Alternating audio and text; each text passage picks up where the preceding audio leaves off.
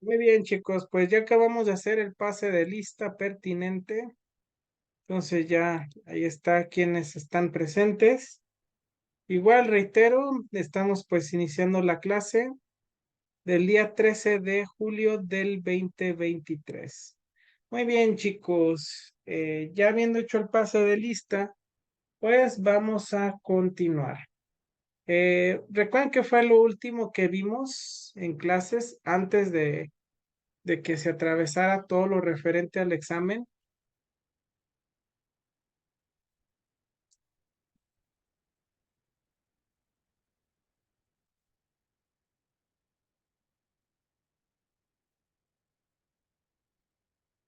¿No se acuerdan, chicos?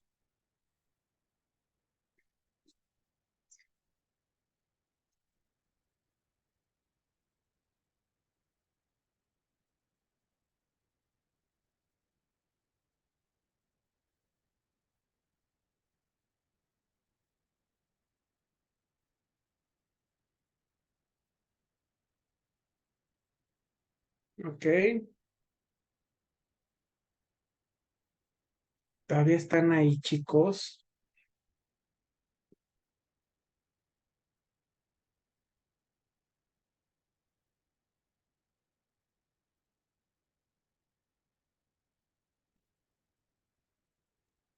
¿De qué estábamos hablando? Del examen en la clase pasada, lo estábamos corrigiendo Ujú. y Sí, en es eso nos correcto. quedamos. Ok, por eso le comentaba, si recuerdan lo que habíamos hecho antes de que se atravesara todo lo del examen, porque habíamos visto pues parte de, obviamente, lo que era pues la ética. Incluso les dejé una tarea, no sé si se acuerdan, ¿verdad? Pero ahí está publicada en plataforma, cierra el día de hoy y es sobre pues la ética profesional, un capítulo en el libro, ¿verdad? Dedicados son justamente a lo que es la ética profesional, porque pues va a ser pues digamos, la que vaya cerrando esta parte. Nada más que antes de pasar a esto, pues antes de cerrar con lo de la ética profesional, hay que revisar algo más. Entonces, nos vamos a regresar en el libro. Vamos a ver dónde está.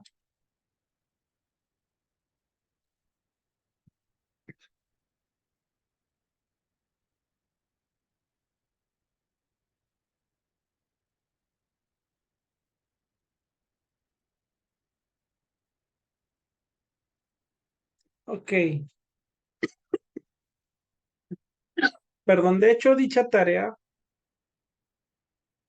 pues es de este mismo libro de ética.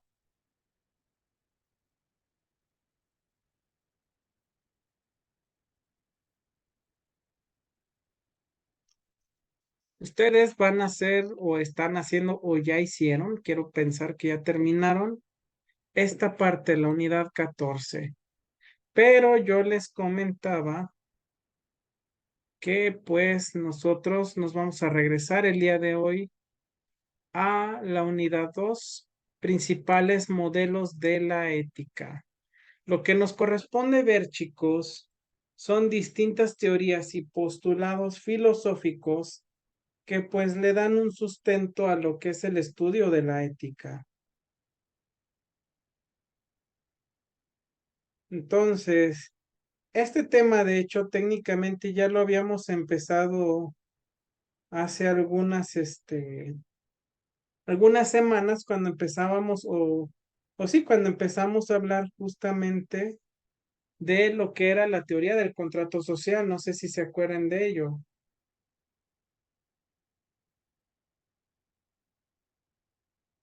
¿Se acuerdan de la teoría del contrato social, chicos?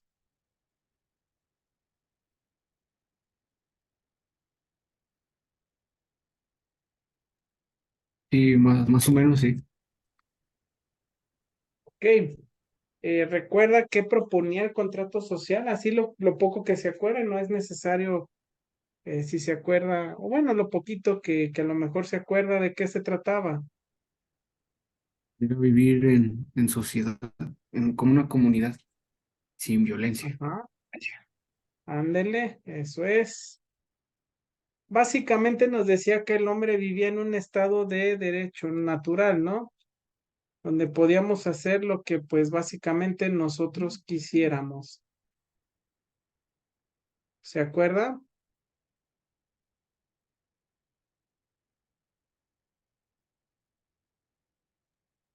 Ok.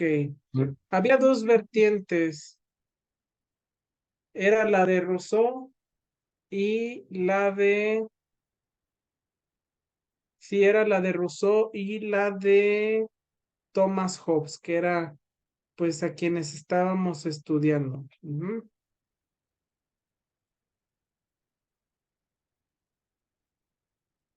Pero sí, como usted comenta, pues versaba sobre vivir en sociedad. Ahora, le comentaba eso porque pues es nuestro nuevo designio estudiar las teorías que dan forma al estudio de la ética. Partiendo, por ejemplo, como lo veíamos desde teorías como la del contrato social, pero enfocándonos en aspectos y en filosofías que nos aportan a la ética en general.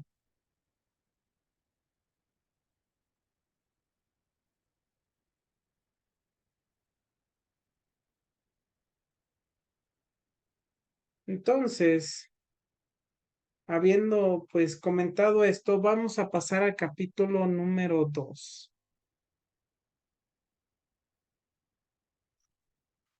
página 24 del libro.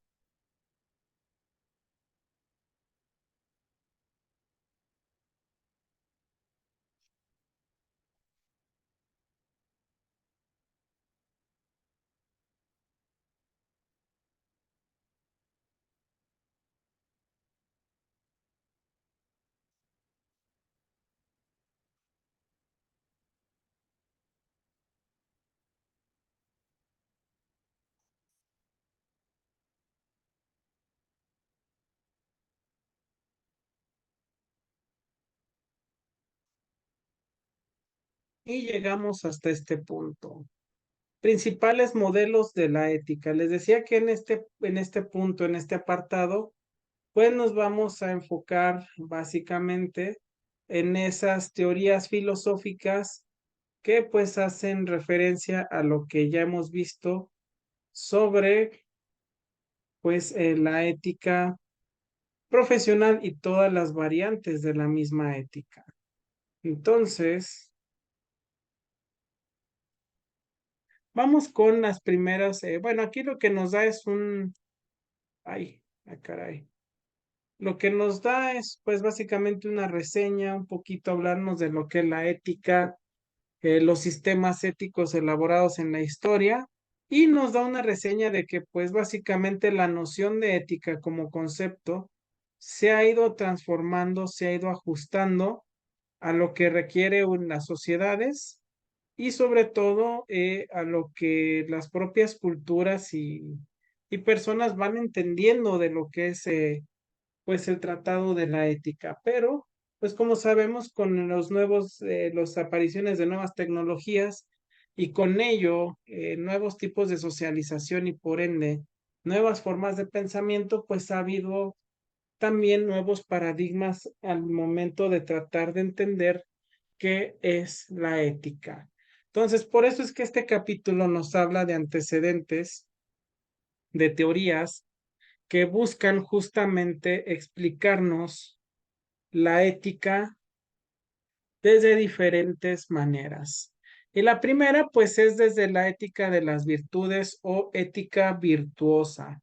Esta ética, este modelo, ya lo habíamos estudiado un poquito, ya lo habíamos un poco dimensionado cuando hablábamos de los tipos de ética. No sé si se acuerdan del artículo, igual está ahí publicado,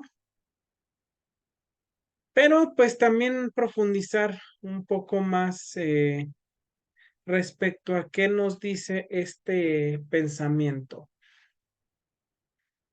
La ética de las virtudes o ética virtuosa, chicos, tiene como teoría detrás la filosofía antigua.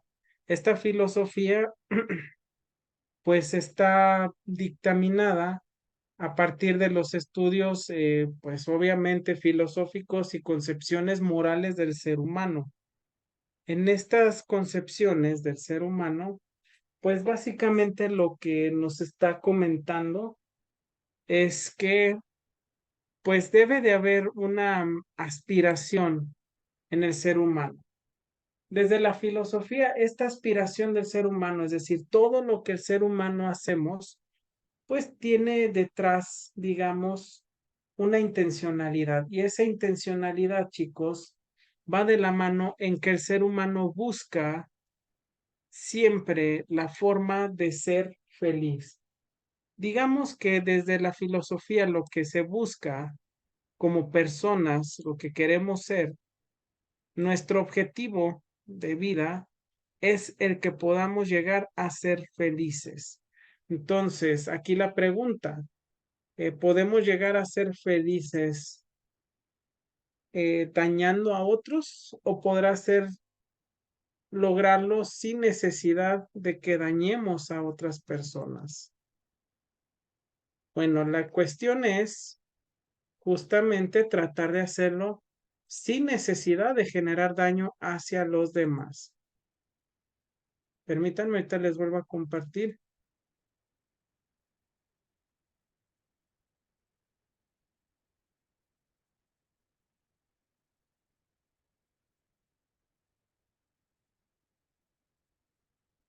Muy bien.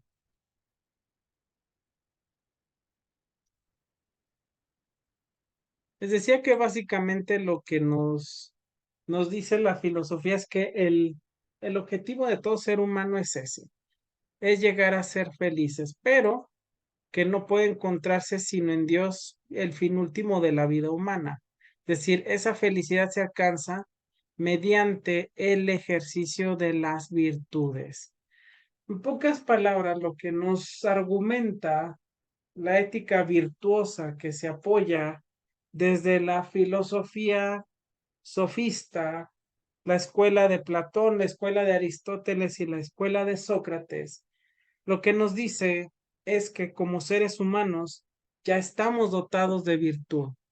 El ser humano ya tiene virtudes, tiene estas valores a nuestras personas, estas representaciones que nos hacen pues destacar. Entonces, lo que nos dice esta ética es que ya desde nuestra forma de ser, desde el hecho de cómo nacemos, de que somos personas, pues ya desde ese momento ya tenemos la posibilidad, ¿verdad?, de actuar de la manera más correcta. El hombre entonces está orientado por su naturaleza hacia la felicidad. Esta es el bien supremo y último del hombre y se alcanza mediante la práctica de las virtudes. Ya les decía, el ser humano ya viene cargado, digamos, ya viene configurado con un número de virtudes, un sinnúmero de virtudes que nos caracterizan y que pues nos generarían, digamos, un trato y una distinción con respecto a las demás especies. Pero ¿cuáles son esas virtudes, esas actitudes que equilibrarían nuestra vida humana?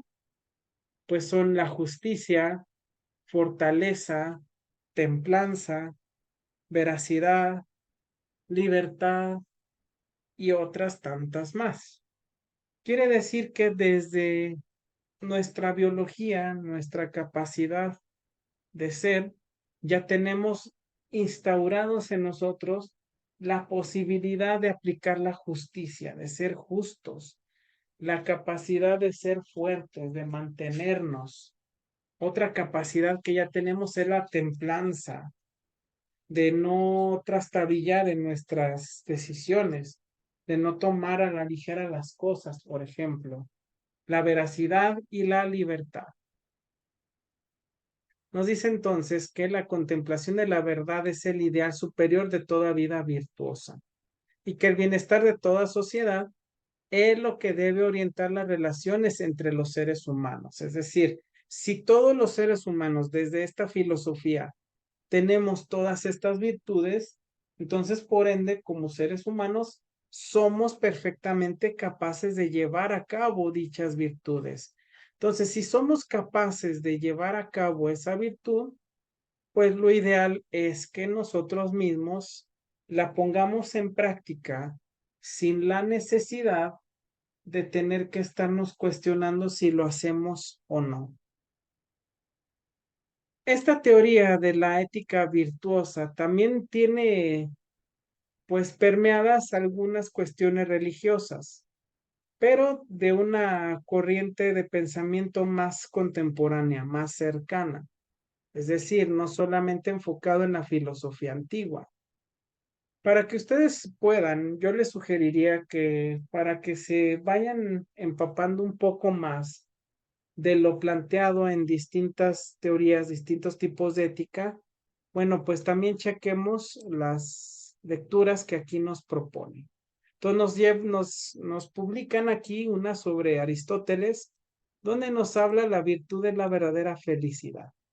Básicamente su obra nos dice que como seres humanos racionales, pensantes y virtuosos, tenemos la facultad de actuar eh, generando, buscando completar o mostrar esas virtudes y que si en conjunto lo hacemos, entonces podremos lograr un estado de mayor felicidad. Y ese mismo mensaje, pero con una acotación un tanto más religiosa desde la religión cristiana o católica, como usted desee verla, viene el tratado de San, ay, ay, ay, Santo Tomás de Aquino. Su idea, igualmente propuesta o respaldada por el pensamiento de Aristóteles, pues nos busca complementar ese sentido de que nosotros mismos está el hecho de poder, pues, llevar a cabo acciones que nos den como resultado una felicidad. Sin embargo, pues obviamente nos da un enfoque más moralista en el sentido de que esa explicación tiene mucho que ver con lo planteado en la religión. Que al final de cuentas, pues si ustedes recuerdan también lo que vimos ahí sobre moral y ética, pues esa concepción de moral precisamente, pues también viene instaurada por un pensamiento religioso, ya que como podemos observar, pues este pensamiento religioso es el que nos mueve, si no, pues de dónde pensamos, dónde regimos nuestro comportamiento, chicos. Cosas buenas, cosas malas, pues sabemos que vienen con una carga religiosa, porque la propia religión es la que nos dice si algo está bien o algo no está tan bien. Entonces yo les sugiero de igual manera, lo chequen,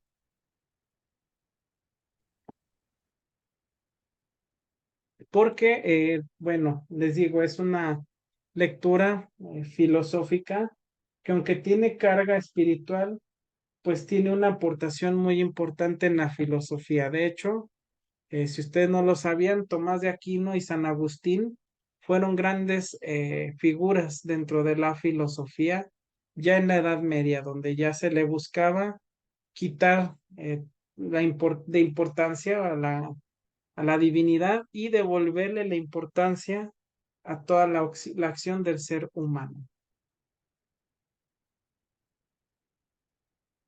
De ahí pasamos con Epicuro. Epicuro, más que nada, chicos, la filosofía de Epicuro, el epicureísmo, eh, más que nada lo que busca es plantearnos el principio del siguiente punto, ¿verdad? Sin embargo, sí vale la pena mucho retomar este apartado. De hecho, me gustaría que ustedes mismos, antes de empezar, me respondieran algo a manera de una pequeña mecánica para que lo vayamos entendiendo. Chicos, dicen que hay muchos placeres en la vida, ¿no? Hay muchas cosas que pues generan cierto placer, cierto gusto. Hay personas que pues les gusta apostar, jugar, apostar el dinero.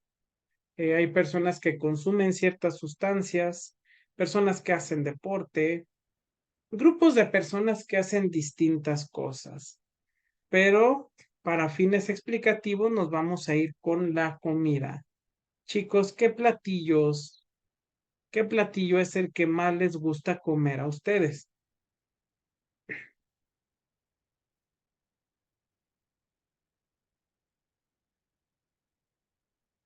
A mí el pozole, profe.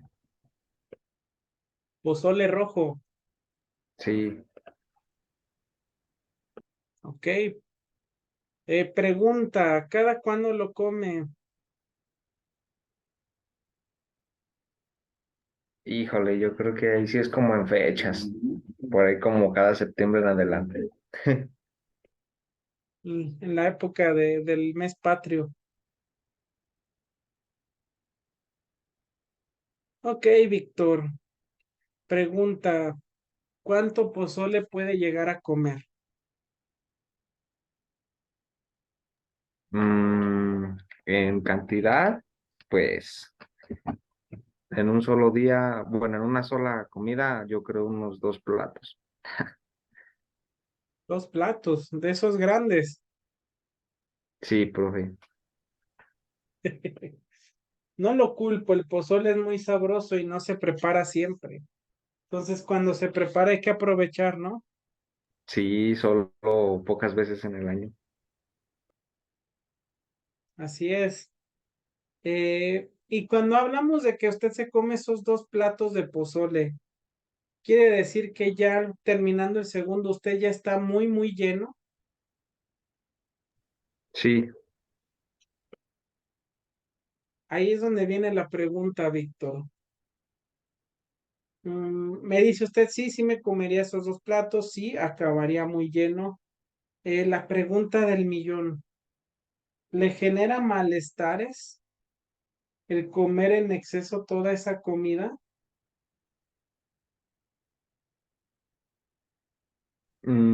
sí, a veces ¿Qué tipo de malestares le provoca? es, por ejemplo, por el chile que lleva agruras, dolor de estómago o que te sobrecargas de comida, ¿no? No sé cómo se le llama ese malestar. Le genera como agruras,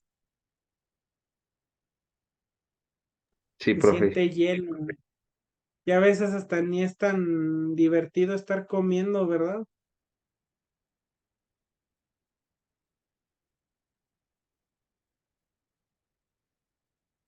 Ok, muchas gracias, Víctor. Pregunta, ¿a alguien más le pasa algo similar? Por ejemplo, eso de que pues buscan comer algo, quieren, están comiendo, les produce un gusto comer algo, pues después de un rato ya es como que, ay, ya no puedo, y en vez de hasta disfrutarlo, pues les genera malestar, ¿les ha pasado?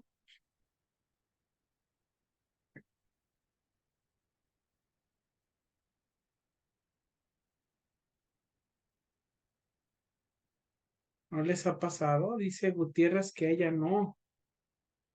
Ok, Gutiérrez, qué bueno que usted no quiere decir que entonces usted aplica un principio muy importante.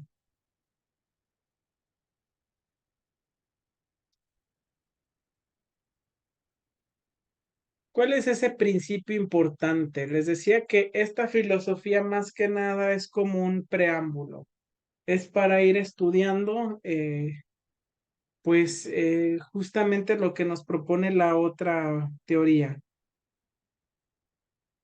Pero de igual manera vamos a irla descubriendo. El concepto sobre el que gira la teoría filosófica de Epicuro es sobre el placer. El placer constituye entonces una aspiración generalizada entre los hombres de todos los tiempos. Aquí viene, por ejemplo, digamos, un ajuste de idea, de ideología, donde veíamos que para Aristóteles, pues lo que nos mueve como personas es la felicidad. Bueno, Epicuro nos dice que más allá de que de lo que nos mueve la felicidad, pues existe algo más, digamos, accesible a la felicidad y que es una sensación, una aspiración a que todo hombre desea llegar. Dice, sí, respeta, digamos, el planteamiento de Aristóteles, en el sentido de que sí, en efecto, el fin del sentido del hombre es llegar a la felicidad. Es decir, su máxima aspiración es la felicidad. Pero más allá de la felicidad hay algo más general a lo que todo humano aspira a obtener, y no solamente la felicidad, sino el placer. Nos dice Epicuro que vivir rodeado de placeres y satisfacciones es el ideal que la sociedad de consumo difunde a través de los medios de comunicación en la actualidad. Bueno, y no solamente en la actualidad, desde hace mucho tiempo. Por ejemplo, había, pues, ustedes sabrán en Roma, pues el circo romano, en Grecia espectáculos como el teatro y demás, que pues eran difundidos y que pues eran una fuente de placer para las personas que lo veían, perdón. La teoría que desarrolla esta tendencia como criterio último de moralidad es denominada hedonismo, que hace referencia al placer. La antigüedad tiene, bueno, como representante de esta filosofía a Epicuro, quien tenía una gran personalidad, era admirado y seguido en su tiempo por muchos discípulos dentro de su práctica filosófica. Y nos dice que para él el principio de todo se encuentra en el placer. Digamos que Epicuro nos dice, bueno, más allá de la felicidad, pues realmente lo que mueve al ser humano, lo que lo motiva, pues es vivir a partir de el placer. Algunas de estas afirmaciones se refieren a un placer grosero, en este caso al placer del vientre y al placer que viene desde la comida y la bebida. Pero no era el único tipo de placer. Según Epicuro, toda aquella actividad que nos generaba pues esa satisfacción, ese placer era incluida. Por ejemplo, pues ya se imaginarán placeres de tipo sexual, el placer de la bebida, el placer del juego, el placer de ver los espectáculos y todo tipo de placer. Sin embargo, Epicuro era consciente de algo y su teoría hedonista nos comparte un principio fundamental de las cosas. Y es que si estamos hablando de placer desde el hedonismo, pues también hay algo más que debemos tomar en cuenta, y ese es el dolor. Dice, este placer corporal es descartado por el malestar posterior que se produce. Lo que decía el compañero, bueno, yo puedo comer tanto, pero después de un rato ya se vuelve muy complicado. Le decía, bueno, es que si somos objetivos, después de un rato de estar comiendo, aunque sea algo que nos guste demasiado, pues llega a ser difícil porque existe algo llamado indigestión. En el caso, por ejemplo, del placer sexual, pues también hay un sufrimiento después de la práctica en exceso. Por ejemplo, este dolor puede ser acompañado a partir de síntomas de alguna enfermedad o en algunos casos incluso una insatisfacción de realizar la práctica muy frecuentemente. Entonces, el placer que hace verdaderamente dichoso al hombre es realmente un placer tranquilo y sobre todo equilibrado. Dice entonces que los placeres corporales, cuando no se saben controlar, llevan al sufrimiento, y eso es de lo que trata la filosofía de Epicuro y su aportación a la ética, chicos. que todo placer, si no es controlado, eventualmente nos va a llevar al sufrimiento y por ende al dolor. Les decía, la persona que pues busca placer en lo sexual, pues después de un tiempo de tener muchas parejas puede haber consecuencias negativas a su salud, desde algún embarazo hasta una enfermedad, o hasta como les decía, el sentirse ya vacío, porque a lo mejor la actividad ya no le genera ese estado de satisfacción. Con la comida, pues lo vemos más comúnmente, no solo como decía el compañero, sino cada uno de ustedes lo puede ver. El hecho de estar comiendo algo, pero hacerlo en exceso después de un rato, deja de ser provechoso. Otras cosas, bueno, el juego pues da la adrenalina, la sensación de que se puede ganar en las apuestas, pero ¿qué pasa si se apuesta hasta lo que no se tiene? Entonces viene el dolor y la insatisfacción, la incertidumbre porque ahora se tiene que pagar lo apostado. Entonces, ¿cuál es el punto? Generar un equilibrio. Todo placer corporal encierra inquietud y crea por ende mayor ansiedad. De ahí que los verdaderos placeres sean más bien, dice Epicuro, los placeres del espíritu. Sin embargo, Epicuro en su teoría nos aclara que el más allá de verse hacia el espíritu, pues sí ve la tendencia del placer hacia lo material y entiende por tal en los placeres físicos más elevados o refinados. El placer puro es el que no lleva mezcla de sufrimiento, pero para lograrlo hay que tener un control del mismo. Por ejemplo, compañero que nos decía, bueno, yo me puedo comer hasta tanto. ¿Qué sería más recomendable? Eso, comer inclusive hasta un poco más, porque pues la fecha merita y no se ve todo el tiempo. O mejor le bajamos a la cantidad, disfrutamos de un plato, pero lo vamos disfrutando cada sorbo, cada bocado, y pues al final solo nos quedamos con un estado de satisfacción. ¿Cuál de las dos opciones sería la mejor? ¿Atiborrarnos o, como dicen por ahí, llevarla tranquila, compañero?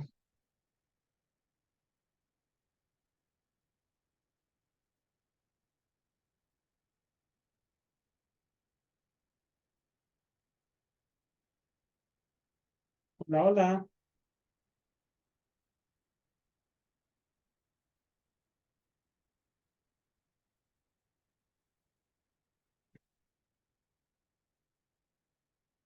Ujú. Creo que ya se fue el compañero.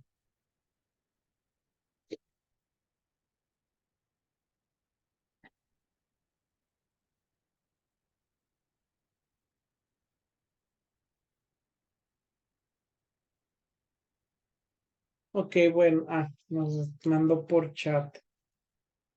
Ah, sí, que les decía que sería lo mejor. Igualmente, como decía el compañero, comer un poco de más, sabiendo que pues no siempre se puede llegar a comer ese platillo, pero sabiendo que al atiborrarse de comida va a haber malestar, o comer tranquilo, una sola ración, o en vez de dos platos, uno, llevarlo con calma, inclusive hasta comer o tomar al mismo tiempo una buena bebida, disfrutar de una buena plática y pues disfrutar el momento. ¿Cuál sería de las dos la mejor opción?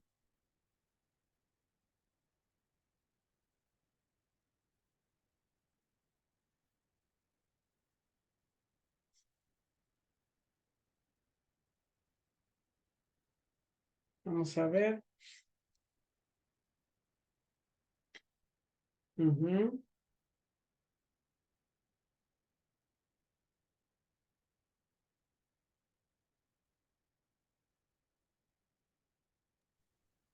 Ah, Creo que ya concuerdo con mi compañera, profe. Siempre es mejor disfrutar a retacarse de algo, pues. Así es. Entonces, pues nos quedamos con la opción de solamente comer algo tranquilo, más lento, y pues como decía, hasta en una de esas, pues disfrutar de la compañía de las personas, ¿no? Entonces ya estamos siendo partícipes de un placer más tranquilo y más controlado.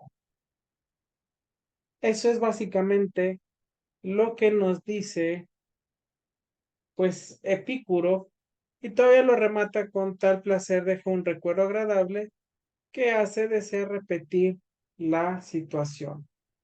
Entonces, pues sí, no solamente, pues sí, no es no se trata de abusar, sino de llevar un control, un equilibrio sobre aquello que nos genera placer, porque de esa manera no afectamos nuestra vida, no hay algo, pues, más difícil y podemos repetir inclusive dicha acción. De este modo, la moral de Epicuro se ha presentado como un sensualismo vulgar que busca el placer corporal inmediato, es más bien una ascética del placer, es decir, eh, mucha gente atribuye a esta filosofía pues cosas muy banales. Sin embargo, lo que Epicuro lo buscaba hacer era pues ese generar una conciencia, entender que pues se puede disfrutar de algo sin necesidad de provocarnos un dolor. Ujú.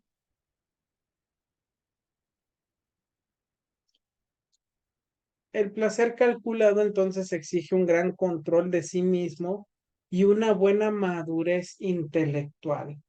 Ese término de la madurez intelectual, chicos, es lo que hace que esta teoría pues sea tomada como parte de las escuelas de la filosofía y en específico del estudio de la ética, el control de sí mismo y una madurez intelectual. Al estar muy enfocados en el placer de las cosas, en el placer mundano, pues a veces no solamente nos olvidamos del daño en nosotros, sino también del daño colateral que podemos generar. Entonces, pues les decía, lo que nos busca mencionar Epicuro es más que nada llevar este autocontrol. Y si lo vemos desde el estudio de la ética con los ejemplos que vimos, pues al final del día también se reduce a esto, a una madurez intelectual y a un autocontrol. Por ejemplo, ¿se acuerdan del ejemplo de la situación donde hay una bomba y tienen que descubrir a un loco? Bueno, ahí nos plantea que pues tu compañero de trabajo te dice, oye, ¿sabes qué? No se va a solucionar, pues mejor vamos a torturar a la esposa de la persona. Entonces, yo entiendo que ustedes justifican su respuesta desde el sentido del bien mayor. Sin embargo, aunque no es algo que como tal entiendo, no les genera un placer, sí se trata de tener un gran autocontrol de sus decisiones. Por ejemplo, eso de torturo a la chica, a la señora, pues es más respuesta de algo inmediato que surge de una ausencia de autocontrol. Es decir, surge como una alternativa rápida.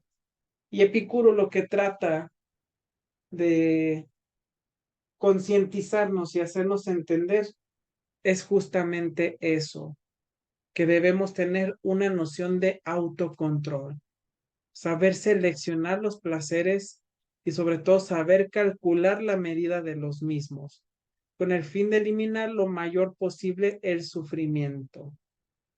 Esa sería la máxima de la actividad moral que brinda el epicureísmo. Tratar de eliminar el sufrimiento a partir de del cálculo adecuado de aquello que nos genera placer. Una elección racional que nos permita pues entender cuál es la mejor opción más allá de la ganancia primaria. Igualmente, como vimos con el anterior, pues aquí también hay una lectura sobre la filosofía de Epicuro y pues todo enfocado en el placer. Preguntas, dudas, comentarios.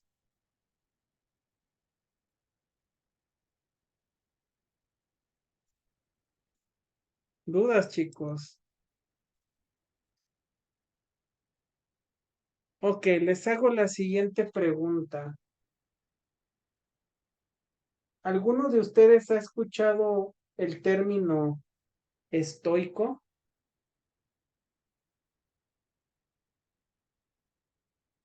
No sé si, por ejemplo, hayan visto que una persona, después de un mal rato, un mal día, pues haya, en vez de reaccionar de una manera arrebatada, pues se mantiene hasta cierto punto sereno y alguien dice, ay, te mantuviste estoico. Es que esa persona estuvo estoica, aguantó y aguantó. ¿Alguno de ustedes había escuchado ese término?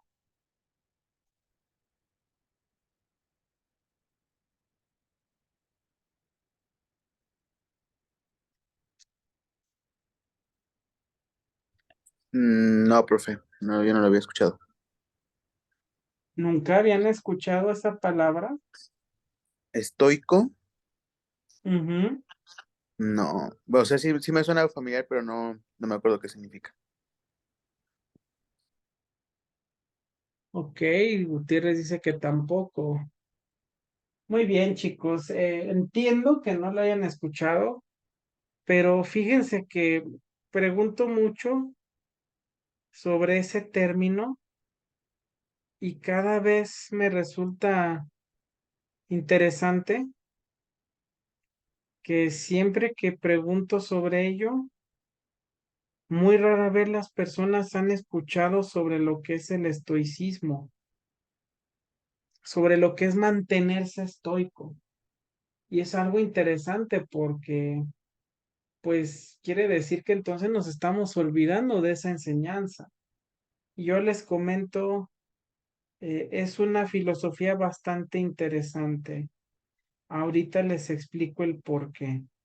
Pero sí, en lo personal sí me resulta, pues, pues cuando menos interesante que no hayamos escuchado sobre la palabra estoico. Entonces, para no tardarnos más, vamos a definir qué es el estoicismo. Nos dice que es una escuela filosófica contemporánea y antagónica de la escuela de Epicuro. Es decir, mientras Epicuro nos habla de que todo gira en torno al placer, el estoicismo va un poquito de lo contrario. No se niega la idea de que una persona puede disfrutar, pero no es el centro de su pensamiento del estoico el placer. Recibe su nombre de la stoa o pórtico, donde Zenón reunía a sus primeros discípulos a comienzo del año 4 antes de Cristo. En sus comienzos del siglo 4, perdón, esta corriente no tuvo mayor trascendencia, pero estamos hablando que desde el 400 hasta el año 1100 después de Cristo empezó a cobrar mayor relevancia. Bueno, saltando también por la antigua Roma de Marco Aurelio y siendo sus precursores más recordados Epicteto y Séneca. ¿De qué habla? Fundamentalmente nos habla del carácter moral. Llama la atención de los primeros pensadores cristianos por sus elevados principios y es asimilada por el cristianismo. Es decir, esta filosofía resultó que pues aportaba mucho a la cuestión de la ética y la moral de las personas, que fue adoptada por los pensadores y los profetas que pues divulgaban el cristianismo. Perdón. De ahí que la actitud estoica frente al mundo haya recorrido florecientemente la historia del hombre occidental hasta nuestros días. Por eso les comento, es interesante que no hayamos escuchado ese término y muchas veces se atribuye el término de estoico cuando alguien es estoico a que alguien tiene muchas virtudes. Entonces, pues sí es de llamar la atención. En los cimientos del estoicismo se encuentra la comprensión del mundo como un cosmos, un orden universal, es decir, todo en el universo sucede por algo y tiene sus reglas. Por ejemplo, pues chicos, conocemos cómo es el ciclo del agua y sabemos que a partir de ese ciclo del agua existen las lluvias, la condensación, las nubes, la precipitación, los charcos, etcétera. Este orden universal es regido por leyes inmutables que también gobiernan la vida humana. Estas leyes inmutables quiere decir que no van a cambiar, que se van a mantener de esa manera. ¿Cuáles son esas leyes que se van a mantener de esa manera? Bueno, el ideal del hombre consiste en vivir conforme a la naturaleza, es decir, entendiendo que tenemos un lugar dentro de la propia naturaleza. Por lo tanto, nos adaptamos al orden universal y por ende a la felicidad. Este orden universal, chicos, nos dice, por ejemplo, voy a poner un ejemplo para que vayamos entendiendo hacia dónde va el estoicismo. Ustedes saben que hay personas que pues abogan mucho por los animales. De hecho, yo también me considero una persona que ama a los animales. No me gusta ver que los lastimen. Pero una cosa es entender que tenemos respeto a la vida de los animales y otra que los humanizamos. No sé si han visto personas que los visten, que los tratan casi casi como un niño. Inclusive, pues se llega a pensar, estas personas llegan a pensar que es más valiosa la vida de un perro que la de un niño, cuando en el orden natural podemos decir que pues son similares, no hay uno por encima de otro porque cada uno tiene su función. Pero volviendo a esto, pues hay personas que no pueden entender que, por ejemplo, hay perros que son agresivos y se rehúsan a la idea de que se lastime un perro, aunque sea por otro, pues por otro animal. Bueno, el estoico, más allá de querer imponer esa idea de que pues el perro va, pues es un excelente animal y todo, el estoico entiende que un perro es un animal y que también va a ser víctima de cosas malas, pero que también el animal tiene la situación de que puede también propiciar males. Entonces, lo que hace el estoico es entender que todo tiene un porqué y un para qué. Y como entiende que no tiene injerencia en situaciones ajenas, pues digamos que eso le va generando felicidad, porque se va quitando de responsabilidades que no le compiten. El camino de la perfección reside en la apatía o, como lo conocemos, la apatía, que es una actitud de indiferencia positiva frente a los acontecimientos. Chicos, eh, imaginen que pues están anunciando, ustedes están en la calle, ¿verdad? A lo mejor van caminando bien tranquilos, terminaron de trabajar, están haciendo su vida, pero de repente empieza a llover. O sea, se empieza a caer el agua de lluvia. ¿Te enojarías porque está cayendo agua, lluvia? ¿Sería malo que caiga agua de lluvia?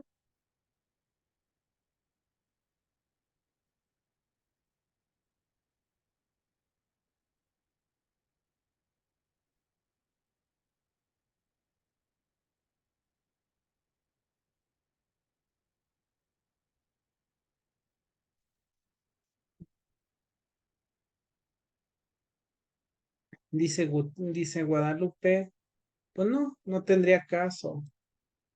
Pues sí, chicos, como dice su compañera, pues no, ¿para qué te molestas? Está la lluvia, pero yo te pregunto, ¿tú puedes detener la lluvia? Si me permiten, creo que nadie puede hacerlo. Y esa es precisamente la indiferencia positiva que nos habla el estoicismo. Indiferencia en el sentido de que el estoico no se preocupa por lo que no puede hacer. Pero ojo, y mucho ojo en esto. eh, como le acabo de decir, no se preocupa, no genera un estado de angustia por algo que no puede controlar.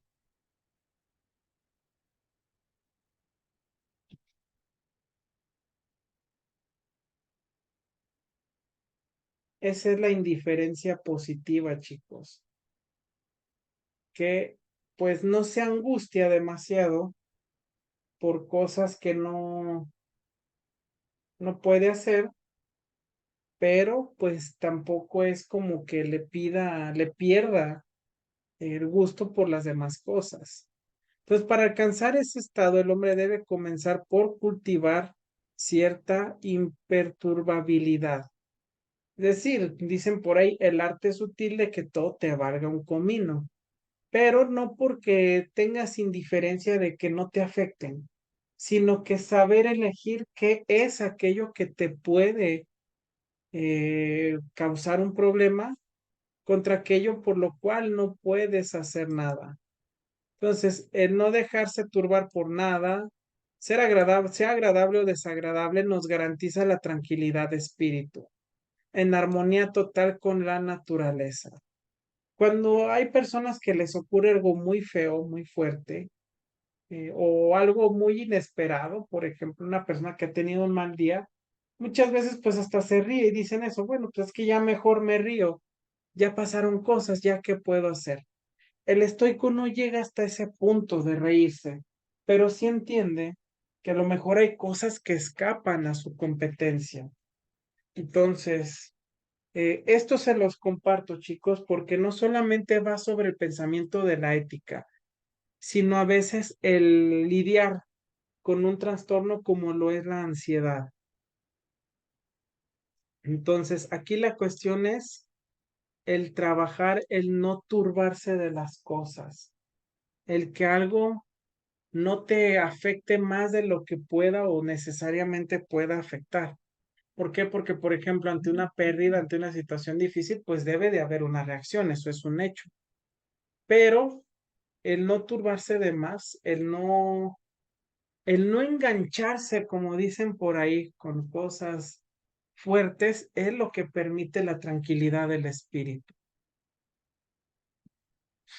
Para entender esto, chicos, de la filosofía del estoicismo, les voy a compartir una herramienta que se utiliza desde esta perspectiva y a veces se utiliza en terapia psicológica, sobre todo terapia cognitiva conductual, enfocada en personas que tienen ansiedad. Entonces, les comparto, ustedes conocen, bueno, si conocen a alguien que tiene ansiedad, se darán cuenta que la persona, pues, busca a veces controlar las cosas que no puede controlar o más allá de este control, ¿verdad? Pues también resulta que las personas sobrepiensan las cosas, ¿no? El hecho de que, pues, pasó esto, ay, si pasó esto es que me va a pasar esto otro. Por ejemplo, llego tarde al trabajo y empiezo con mis ideas, es que llegué tarde, me van a correr.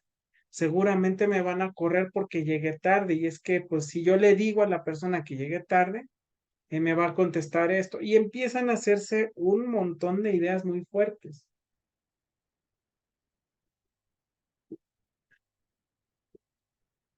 Aquí la técnica se llama dicotomía del control y es la esencia para entender el estoicismo, chicos. Dicotomía es esta posibilidad de elegir entre dos opciones únicamente. Es como, por ejemplo, en una encuesta, el responder sí o no. Eh, ¿Te gusta tal producto? Sí. ¿Te gusta tal producto? No. ¿Te gustó el servicio? Sí. Esa es una dicotomía, solo dos opciones. Entonces, esta se llama dicotomía del control porque nos pretende hacer entender si una situación es de nuestro control o si no lo es. Y por ejemplo, volviendo a esto de la ansiedad, pues estar la persona haciéndose una idea de que, bueno, es que me van a correr porque voy a llegar tarde. Ah, bueno, llega tarde la persona, ¿no? Eh, Primero que nada, se enojará el jefe, puede enojarse. ¿Es responsabilidad tuya que se enoje el jefe? Sí, no, ¿qué sigue? Si la respuesta es sí, entonces de que se vaya a enojar por lo que tú hiciste, entonces ahí la cuestión es ¿qué puedo hacer para evitar que la persona se enoje? Pero con respuestas objetivas. Ahora, si no tienes control del estado de ánimo de la persona, entonces la respuesta se queda en no. Eh, ¿Yo tengo control de que la persona se enoje? No, pues no. Entonces, ¿qué hago? Nada, porque no me corresponde cargar con las emociones de otra persona. Y es ahí donde entra el principio del estoicismo dentro de la ética. Hablábamos, por ejemplo, el caso de que se caía el sobre, ¿no? Pues ahí va.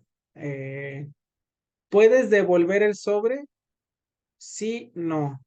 Si la respuesta es sí, ¿cómo puedes devolverlo y qué puedes hacer para ello? No, pues intentar alcanzar a la persona. ¿La alcanzaste, la ubicaste, le puedes regresar el sobre? Sí, ¿lo haces? Sí, porque está en tus manos. Si ya el camión está muy lejos, entonces pues ya no puedes hacer nada. Entonces te quedarías con el dinero de ese sobre. Pero otro aspecto donde entraría el estoicismo sería, por ejemplo, en el correo donde encuentras información de que a tu amigo le están siendo infiel. ¿Tú eres responsable de la infidelidad? Sí, no, no. Entonces, ¿te corresponde hacer algo? Es tu amigo, sí, pero en el trabajo te están diciendo que no puedes utilizar los medios del trabajo para tus fines personales. Entonces, ¿puedes usarlos? No. Y la respuesta se queda ahí. Pero como amigo puedo hacer algo. Sin embargo, también entiendo que no soy responsable de que la persona pues cometa una infidelidad hacia mi amigo. Suena un poquito complicado, suena a veces como dirían pues como que me vale. Hasta cierto punto el estoico es así. Lo que yo puedo arreglar, lo hago. Lo que no puedo y no me corresponde, no puedo hacer nada al respecto. Y es por eso que el estoicismo entra dentro de la ética. Porque además de ello, también hay una máxima dentro de el aprendizaje estoico y es aceptar sin apego ni resistencia las cosas que no podemos cambiar. Entonces, les decía, tengo alguna injerencia en la relación, realmente me corresponde a mí decir algo, te dirán, bueno, pues es mi amigo, sí, pero desde la cuestión de la profesionalidad no puedes hacerlo porque no puedes mezclar lo que es el trabajo con cosas personales. Entonces, pues no podrías hacerlo. Pero sí te corresponde hacer algo para tranquilizar tu espíritu. Tal vez dices, bueno, no puedo usar el correo, pero de alguna forma puedo hablar con mi amigo, puedo hacerle entender o ver que a lo mejor está siendo víctima de una infidelidad. Eso ya es distinto, ya es obrar diferente y manejar las cosas desde, como dicen los estoicos, desde lo que sí puedo manejar. Primero, aceptando que no todo lo puedo cambiar, pero tomando cartas en aquello que sí puedo cambiar. Esa, chicos, es la clave del pensamiento del estoico. Sobre todo entender que no debe de haber un apego a las cosas. al apego a ciertas situaciones es lo que realmente viene terminando o generando una angustia.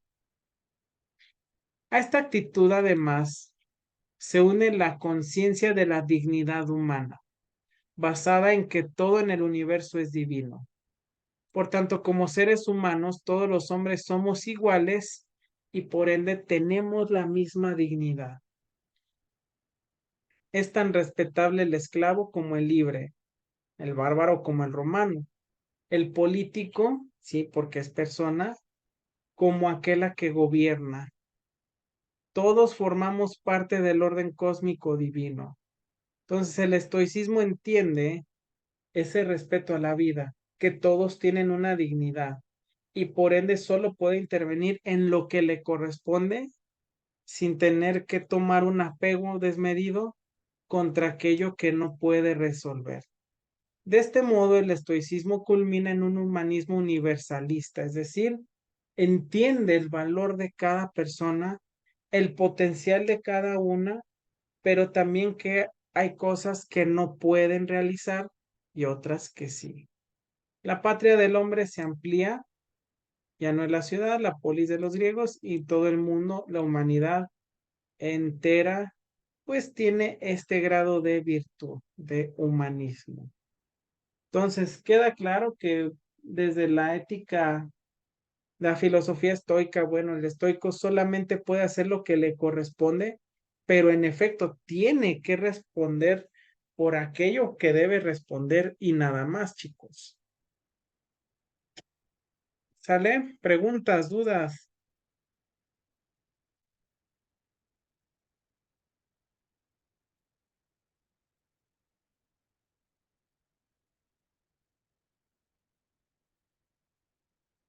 Ok.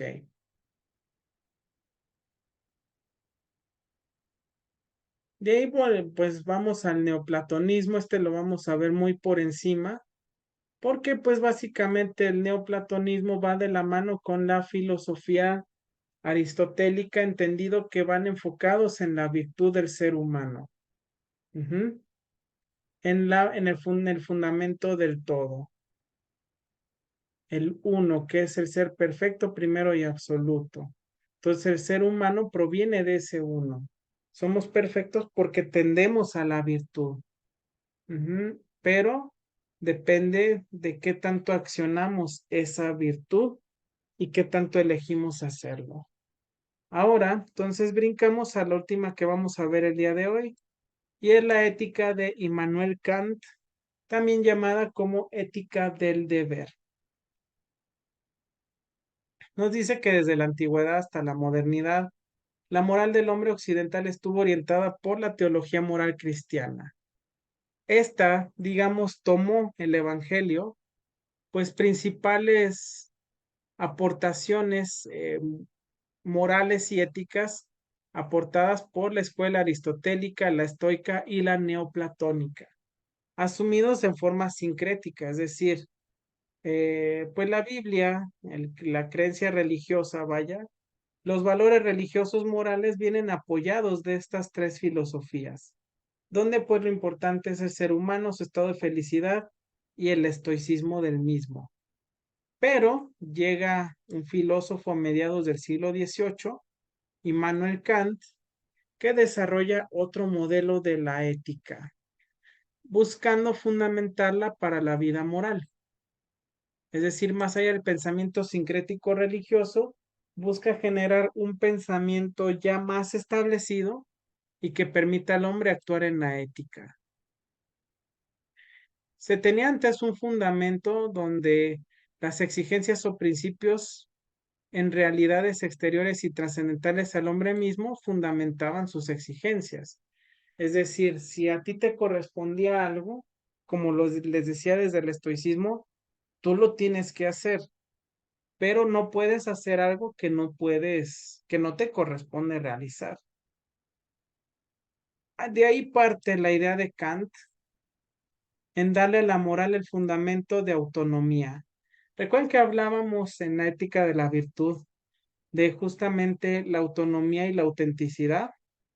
donde la autenticidad era hacer algo, el hacer el bien porque yo quiero hacerlo, por mí mismo, porque es de mi persona, y de la autonomía porque nace de mí hacerlo sin verme obligado a ello. Bueno, pues toma Kant el fundamento de la autonomía de hacer las cosas porque a mí me corresponde, porque ya está instaurado en mi persona, y lo lleva al principio de ética y de la moral del hombre, equivaliendo a decir que no importa si el objeto de mi acción es en sí mismo bueno o malo, lo importante es la intención que me mueve a realizarla.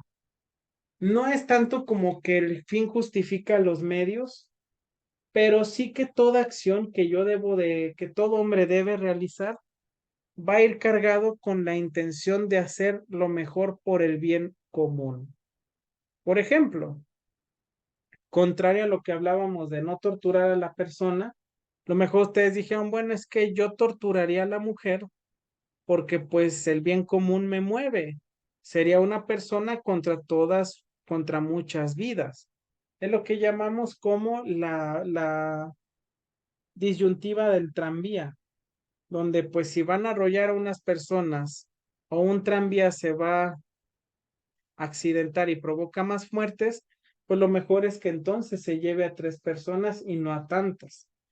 Sin embargo, bueno, Kant, más allá de resaltar la intención, lo que nos dice es que debe estar instaurado el hecho de que todo va en función de la voluntad del ser humano. No es de la intención de que, bueno, es que mi intención es salvar a la gente. Va más allá de eso. Va a decir, pues es que sí es mi intención, pero porque es mi deber como ciudadano. Yo como persona, entendiendo que haría un bien a los demás, tengo grabada la buena voluntad de querer hacer algo más por las personas. Entonces, tendré que hacer el bien, pero porque es mi convicción, porque es mi voluntad. La voluntad de cumplir el deber es el criterio máximo de bondad moral. Ojo, cumplir el deber, lo que me corresponde y lo que tengo que hacer sin esperar que me lo estén diciendo. Obra siempre de tal manera que la máxima de tu voluntad pueda valer como principio de legislación universal. En pocas palabras, que tu palabra sea de confianza a partir de tus acciones y de tu sentido de deber. Kant sintetiza el principio práctico de obrar moral a partir de esto, de su intención y de su deber. De este modo se constituye o se construye una moral autónoma y formalista, cuyo influjo ha sido enorme en la sociedad moderna y actual. El hombre encuentra entonces la perfección moral en el cumplimiento del deber por el deber mismo. Es lo que encontramos mucho en la moralidad o la ética, por ejemplo, de un doctor, de un socorrista, de un bombero, donde dicen, bueno, es que yo estoy cumpliendo con mi deber. Policías que han, sí, nos quejamos mucho que hay policías malos, pero cuando hay un policía bueno, cuando le preguntan por qué reaccionaste, por qué arriesgaste tu vida, bueno, es que era mi deber. Yo debía proteger a las personas.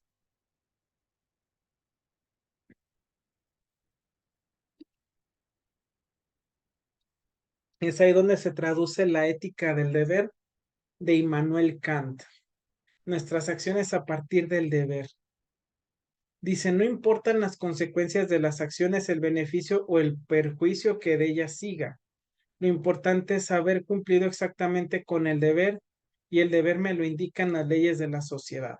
Volviendo al policía, ha habido policías que han muerto en tiroteos donde pues asaltantes o criminales atacan a personas o a los mismos policías, y estos pues repelen el fuego, y ha habido quienes han salvado personas y han muerto. Es ahí donde se ve este apartado, donde dice, no importa las acciones, el beneficio o el mal. ¿Por qué? Porque ya está instaurado que el policía tiene el deber de proteger a la ciudadanía. Entonces va a caer, pero cumpliendo su deber. Es ahí donde entra la ética de Kant. Cuando en la formación moral de los niños y jóvenes se insiste tanto en el cumplimiento del deber, en la observancia de reglamentos, en el orden institucional, se está poniendo entonces en práctica la ética propuesta por Immanuel Kant. No de que si algo no me corresponde, sino enfocarse en lo que me corresponde, que el estoicismo ya lo hace, se enfoca en lo que le corresponde, pero en la ética de Kant, lo lleva al siguiente nivel. Me corresponde, entonces lo tengo que hacer. De igual manera, para poderlo entender, pues aquí está otra lectura sobre la ética propuesta por Immanuel Kant. Y chicos, vamos a dejar hasta aquí. La próxima clase nos vamos a meter en los terrenos de la filosofía de Stuart Mill. Dejen ver si aquí, sí, aquí aparece Stuart Mill. Y vamos a hablar de el utilitarismo. Pero vamos a verlo no solo desde Stuart Mill, sino también desde Malthus. Y de ahí nos vamos a brincar a la ética del superhombre, propuesta por Friedrich Nietzsche, el padre del nihilismo en la filosofía. Y pues nos vamos a ir a otros más, a otros autores más, como Marx,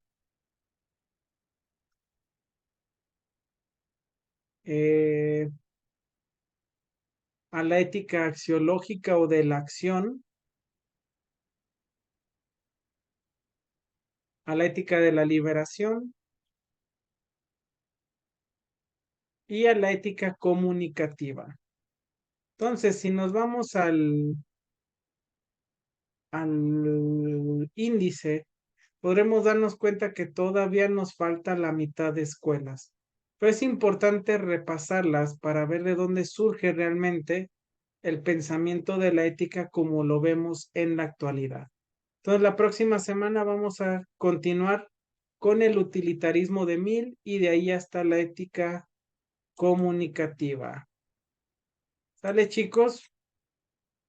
Solo les recuerdo, tienen hasta el día de hoy para terminar de subir su tarea. Está el espacio, es el reporte de lectura del capítulo 14, la ética profesional. Entonces, la próxima clase seguimos con la otra escuela filosófica, el utilitarismo de Mill.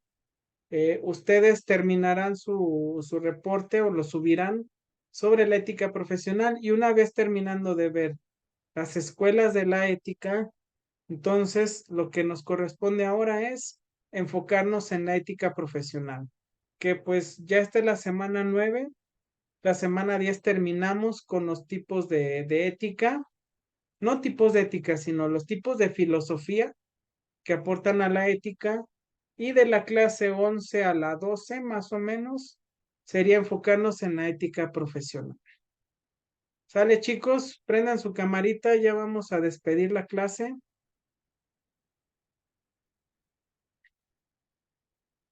Si es que todavía están, ¿verdad? Que creo que ya no. Ok, Guadalupe sí está. David, Kevin, David Zúñiga. Muy bien, chicos. Pues bueno, solo les dejo que terminen, que cumplan con su tarea y nos vemos la próxima semana para terminar de revisar las filosofías que hay detrás de los modelos de la ética. Tengan excelente noche, feliz fin de semana y nos vemos el próximo jueves. Adiós, profe, buenas noches. Buenas noches, nos vemos. Bye.